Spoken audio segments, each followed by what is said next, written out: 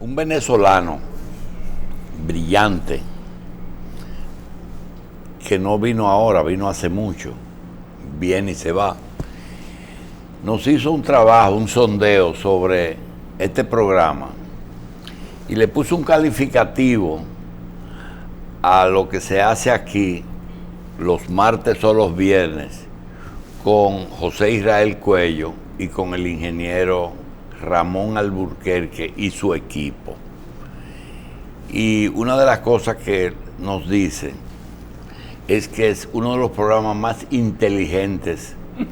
Yo no he visto que los programas se catalogaban así. También hay que reconocer que ese calificativo, con otra palabra, de inteligente, se lo pusimos a un programa que hacía José Israel Cuello con Federico Enríquez Gratero. Ajá. Era uno de los programas más inteligentes que ha tenido este país, con dos personas fuera de lo común. Inteligente y orgánico. Sí, porque hay inteligente y inorgánico. Así es que vamos a felicitar a Ramón Alburquerque y a José Cuello por su programa inteligente, que tiene una particularidad. Observen que don Ramón Alburquerque no se mete en temas políticos, aunque cualquier día de eso nosotros lo vamos a hacer una presentación aparte. Hoy él nos viene a tratar un tema bastante, ¿cómo se llama ese tema? Trascendente. ¿Energía qué? La vulnerabilidad energética de República Dominicana. Vulnerabilidad. Sí, los puntos débiles en que tiene el país para mantenerse abastecido de manera confiable y en combustibles de calidad. Pero entrando usted ahí, nosotros tuvimos que escuchar, no entramos en discusión.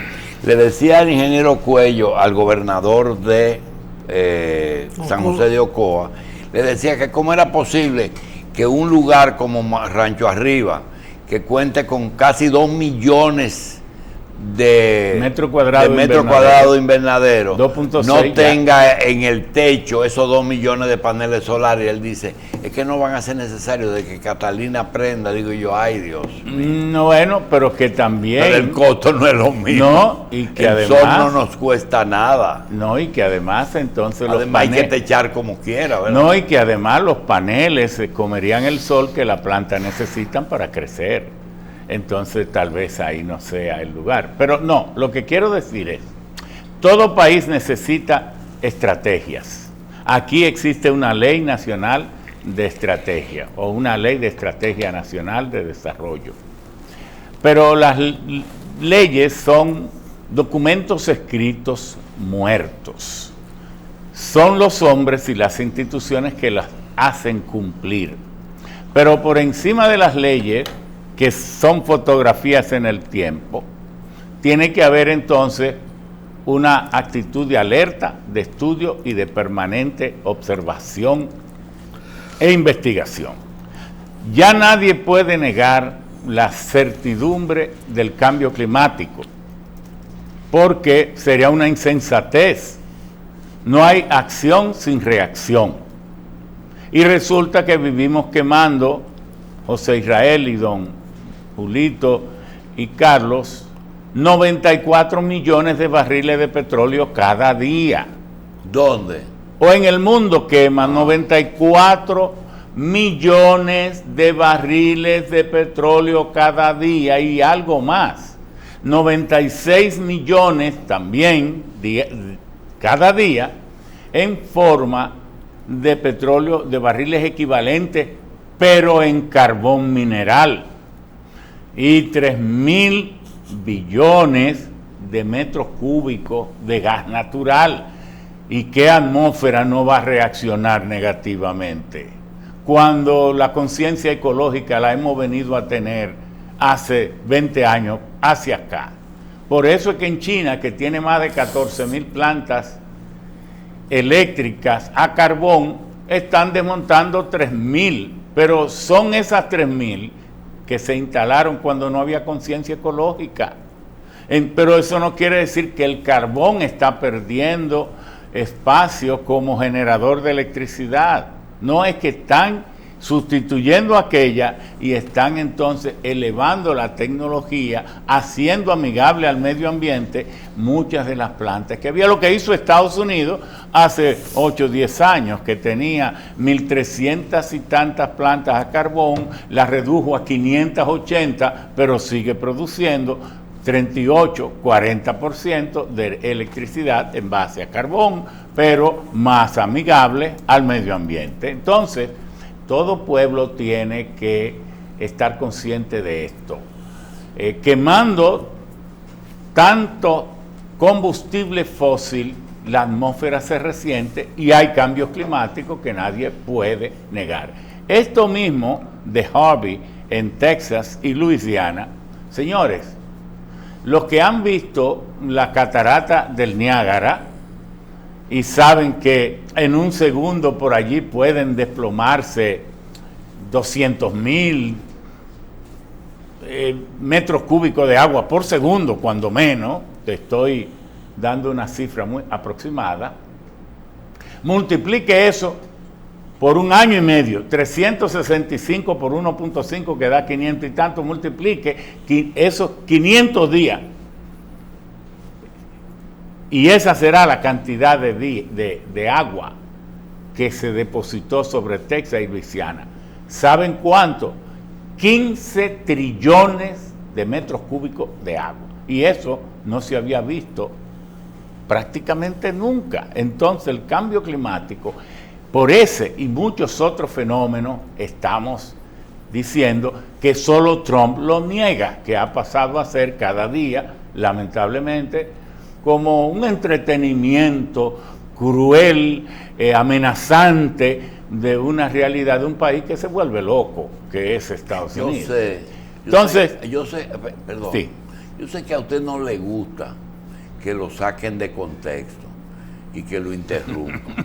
Pero José, yo quiero hacer algo que se me ocurre y yo no puedo dejárselo decir a gente que tienen tantos años viendo a uno. Cuando uno oye a Ramón Albuquerque o al mismo Cuello ahorita hablándome del problema monetario, yo me pregunto, ustedes se van a burlar de mí en este momento, y cuando uno se muere, todos esos conocimientos usted los mete en la caja. Bueno, pregúntele a don Pepín si él va a meter todo eso. No, ese no lo sabe tampoco. No el dinero en la caja. No, el dinero no importa, ese no va en la caja. Pero todo el conocimiento, eso se pierde el día que uno se desconecta y se bueno, borra. Y lo de nosotros son tonterías. Ay, yo Dios siempre he dicho que a mí me honra cuando Julito me compara con José Israel. A José Israel no le gusta eso. Para mí, José Israel ha sido una de las personas más brillantes que ha dado el país en todos los tiempos. Lo que pasa porque yo tengo formación, yo fui a varias universidades y tal vez en mí se justifique que yo, aunque fuera reventándome en las noches y a todas horas, pude organizar conocimiento. La suerte que José Israel no fue cocinero. Pero imagínate. No fue si hubiera sido cocinero, mire, no usa ningún aderezo. Porque mire, y este hombre, ingeniero, siga su exposición. Y él, huyendo en política y perseguido por el imperialismo y por el país, bueno, era eso. Bueno, lo que queremos decir de la vulnerabilidad es que, miren, el 60% de la población dominicana vive en las costas o a 50 kilómetros de las costas. El 50%. 50-55%. Estos cambios climáticos modifican nuestra forma de vivir y de ver las cosas. Y la vulnerabilidad energética es una obligación que el Estado tiene que tomar en sus manos. En 1983, siendo Ramiro Matos el secretario de Estado de las Fuerzas Armadas, yo le llamé y le dije: general, ¿puedo hablar con usted un tema de mucha importancia? Y él me dijo: voy por allá, y fue al Palacio. Yo era el secretario técnico, repito, y entonces convinimos en hacer el estudio de vulnerabilidad energética. ¿Y qué encontramos? Que 5 hombres con 8 o 10 bombas Molotov metidos en los tanques de petróleo de la refinería podían paralizar el país, volvían loco al país, aunque nunca hicieran una explosión ni un estallido, solo con la amenaza. ¿Por qué? Toda la concentración, el almacenamiento de combustible estaba en un solo sitio. Y así no puede ser. Peor aún, esa carretera que ahora terminó desde el cruce de Ocoa a Piedra Blanca, que habían existido siempre caminos vecinales, esa carretera no existía y no había forma de que un camión pudiera cruzar del sur al norte. El que estaba en San Juan, en Pedernales, en Elías Piña, tiene que venir a la capital para Pero esa vulnerabilidad no es solamente energética.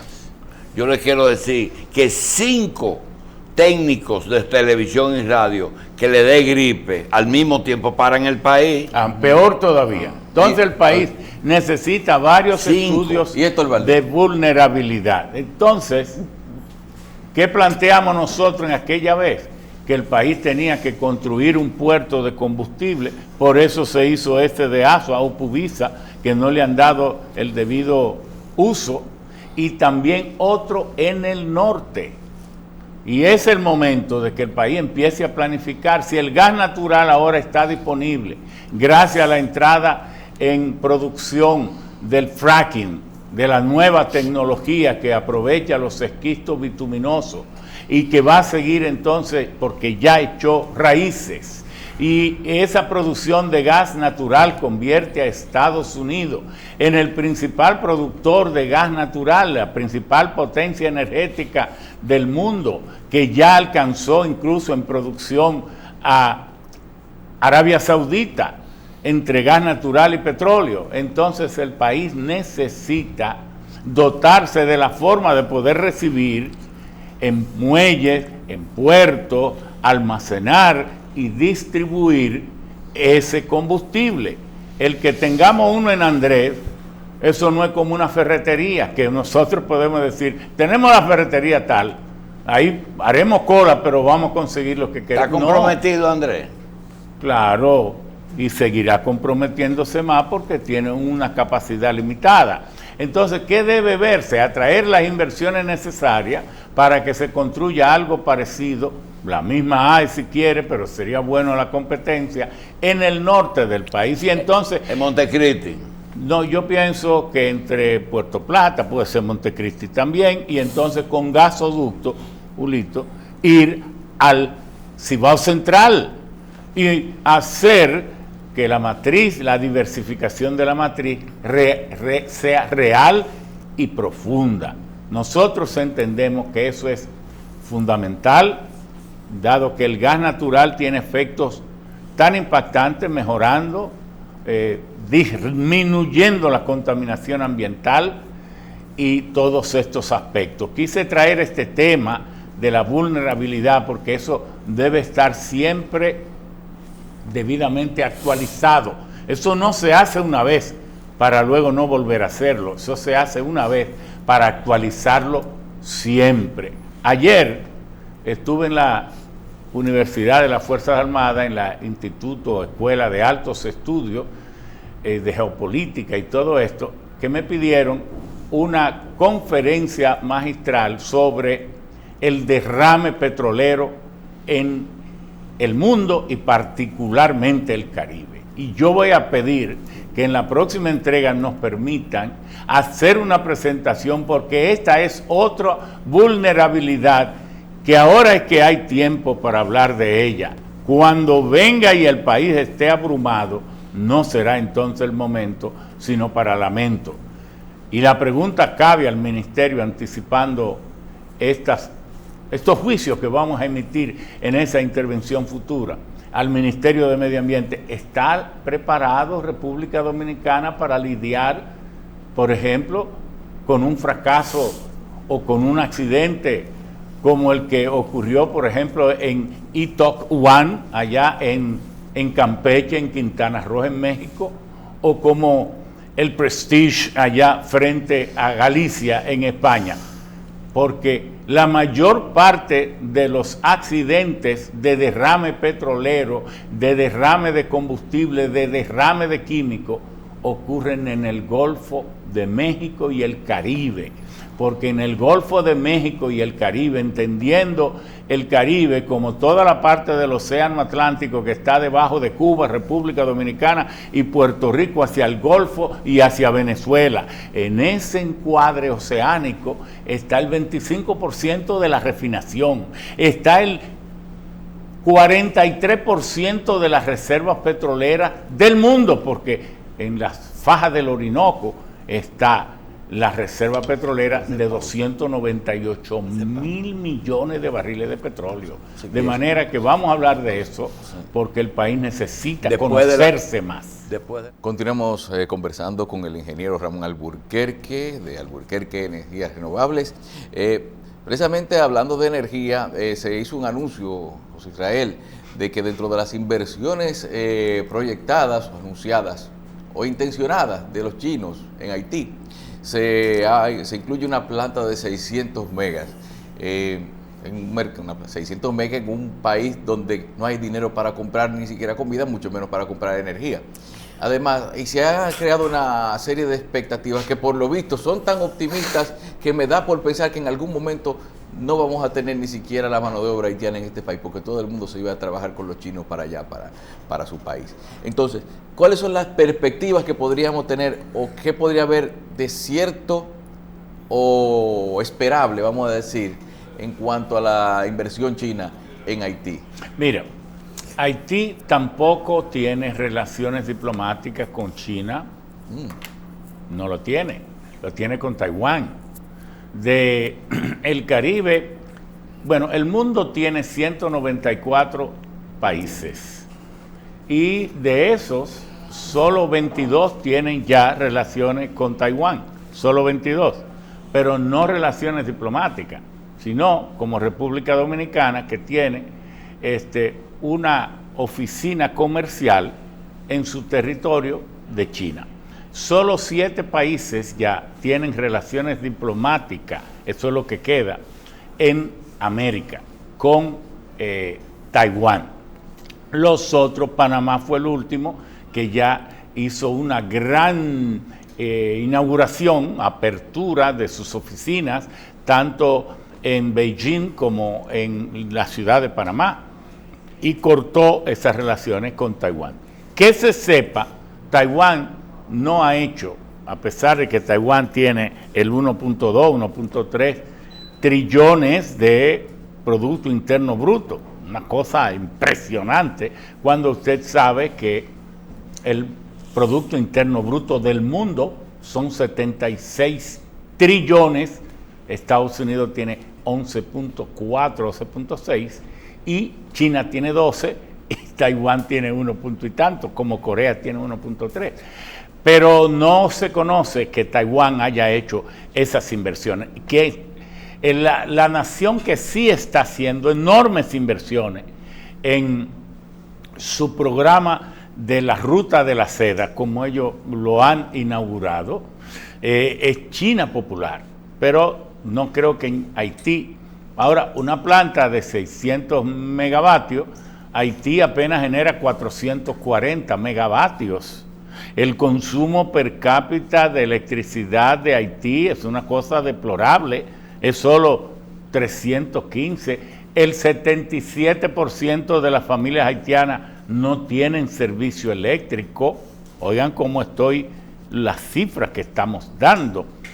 Y es lamentable porque Haití tiene unas condiciones, bien que su foresta, sus recursos naturales han sido destruidos, pero Haití tiene incluso más costas que nosotros, más costas. República Dominicana, desde Manzanillo, usted le da vuelta hasta donde termina Pedernales, uniéndose a Haití, tiene 1.500 kilómetros.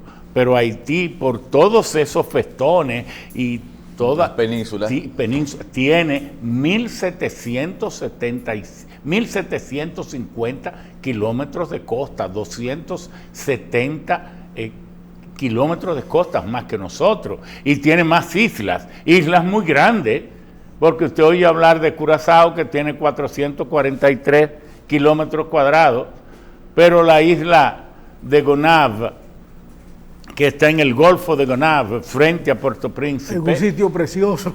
Bueno, es árido, no tiene producción vegetal, porque es demasiado árido, arenoso y de origen kárstico, pero tiene 737 kilómetros cuadrados. Esa sola isla, 1,5 veces el tamaño de Curazao.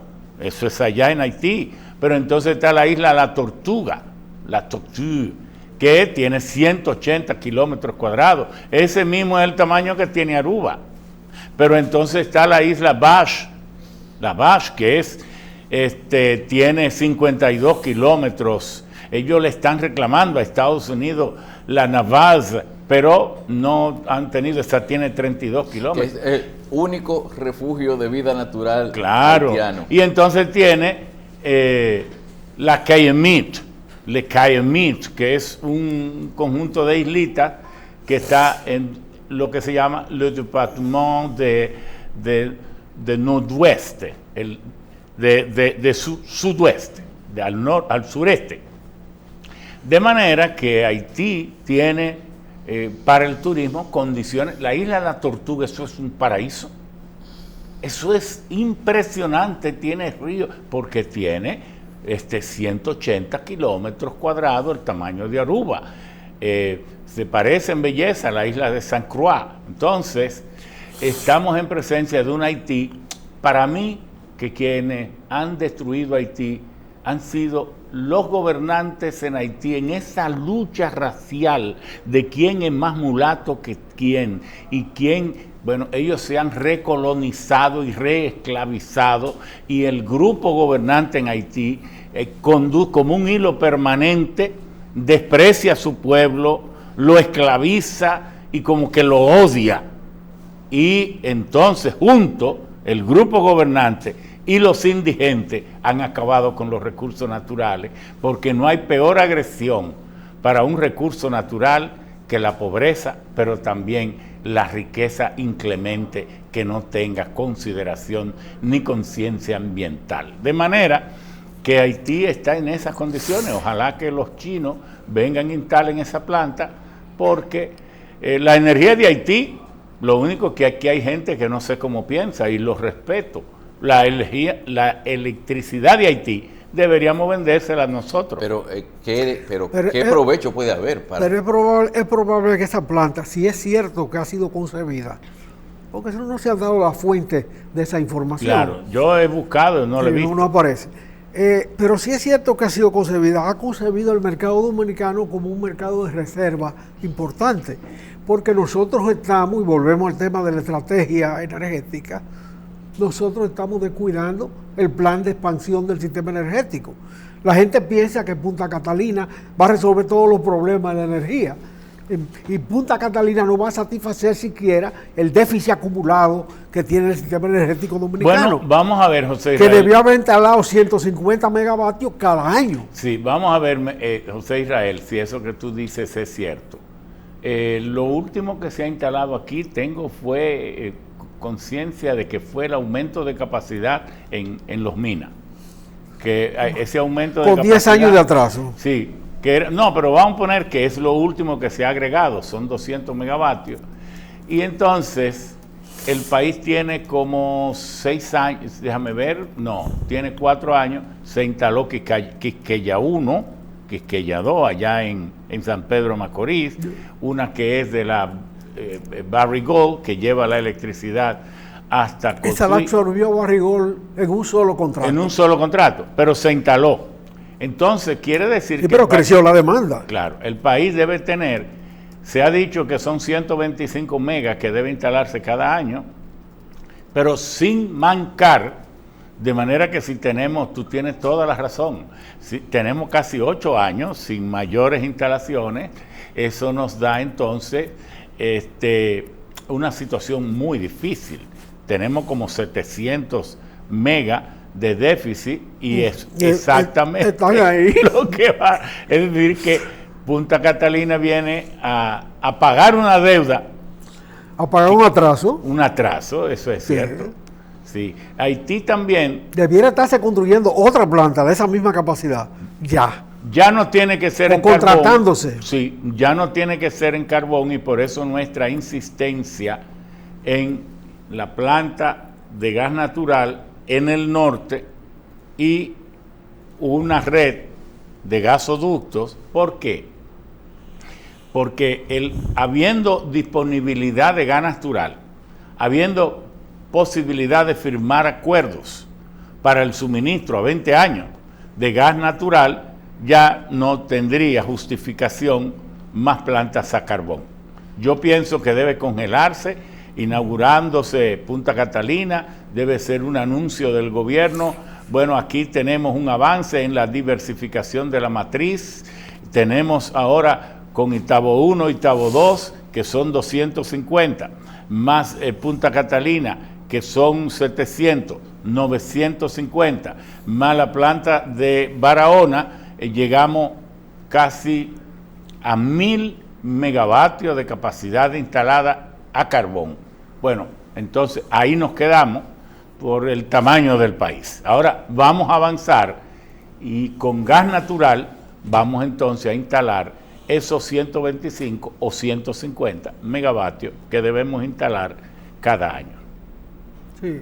Yo pienso que ese es el camino, el país puede hacerlo. Lo que pasa es que para establecer un sistema de captación, de importación fluida de gas natural, se necesita una capacidad disponible mayor de energía.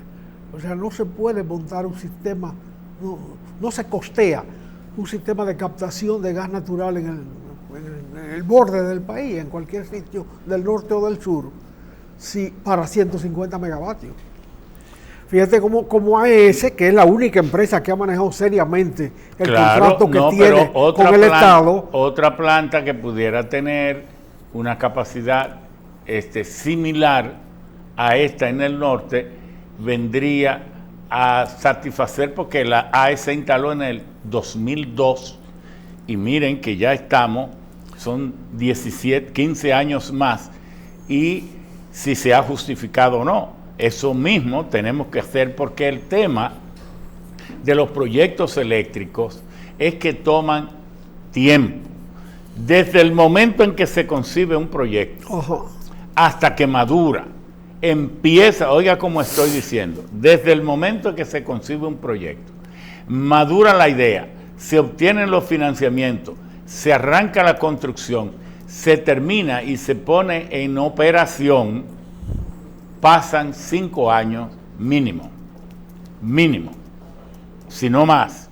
Entonces eso significa que son proyectos cuya planificación es a largo plazo y necesita, por obligación, ser producto de planificaciones, de ordenamientos y de desarrollos sectoriales cuidadosos para que el país no entre en puntos de colapso ni en crisis que no necesita y que le son tan costosas. ¿Cuánto cuesta dejar de producir un kilovatio para el cual hay una demanda ansiosa para ser consumido? ¿Cuánto le cuesta eso a la economía? Dejar de producir. ¿Cuánto le cuesta un apagón? ¿Y usted cree que es muy difícil? ¿Usted ha visto en el tiempo alguna efectividad en el incentivo al cambio de hábitos de consumo energético? Bueno, eso es un tema que en las próximas entregas en esta cápsula vamos a tocar. El país, mucha gente cree que aquí no hay que ahorrar energía, porque si tenemos un déficit, eso quiere decir que necesitamos más energía. No lo vea así, por favor. Véalo de esta manera. Los que ya tienen, están conectados al sistema. Los que ya están consumiendo energía, la están consumiendo con racionalidad. Todavía pueden hacer algo más, que es ahorrar energía. Claro que sí. Tenemos las luces LED. El país todavía en un 80%, 90% está en luz incandescente y está también en compacto fluorescente, en formas de iluminación que son profundamente ineficientes y también muy contaminantes. La incandescente la electricidad que utiliza, el 90% lo que hace es generar calor y solo un 10% para generar luz. Y agrégale que la única planta que produce bombillos es incandescente. Es incandescente y están prohibidos desde agosto del 2012, una resolución de las Naciones Unidas. Están prohibidos. Aquí no se debe producir, ni en ninguna parte del mundo. Entonces están las iluminarias o las luminarias que son fluorescentes compactos, que es cierto, ahorran un 20-25% más que las incandescentes, pero son más contaminantes todavía porque utilizan mucho mercurio, etcétera, etcétera. Bien. Entonces, en las luces LED podemos ahorrar en promedio un 50% y entonces duran hasta 60 y 80 mil horas, mientras que las otras duran 1.000 y 3.000. Ahí tiene que haber en el país un incentivo, una ley que establezca incentivos para quien instale LED, que le llegue el incentivo. En Europa, todo el que se va a LED, todo el que ahorra, hay una compensación fiscal y estímulos fiscales. Aquí no hay ninguno. Aquí hay una ley, la 5707, que va dirigido a incentivar la instalación de plantas que aprovechen fuentes alternativas, pero en cambio no hay una ley para incentivar el ahorro de energía. El país puede ahorrar un 20, un 25%. ¿Y qué significa eso? Plantas más grandes que esas de Punta Catalina, sin tener que invertir un centavo, solo haciendo posible que la gente tenga estímulo para el ahorro de energía. Bien. Gracias, ingeniero Ramón Alburquerque, por esta gracias. cápsula energética de cada semana, y a ustedes también las gracias por su sintonía, recordándoles que esta noche este programa puede ser visto de nuevo por Coral 39 a partir del mediodía en nuestra página de YouTube, Revista 110, y íntegramente lo puede ver también en la página de Facebook.